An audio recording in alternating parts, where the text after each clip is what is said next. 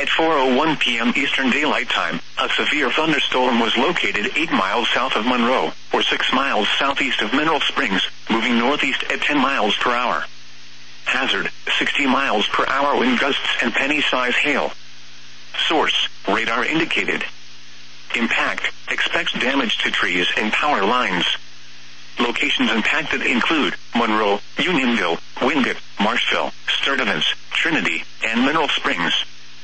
For your protection, move to an interior room on the lowest floor of a building.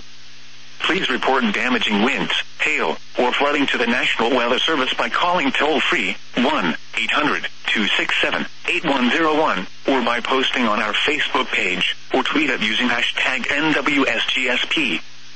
Your message should describe the event and the specific location where it occurred. Repeating, a severe thunderstorm warning has been issued until 5 p.m. Eastern Daylight Time for the following county: Union, North Carolina.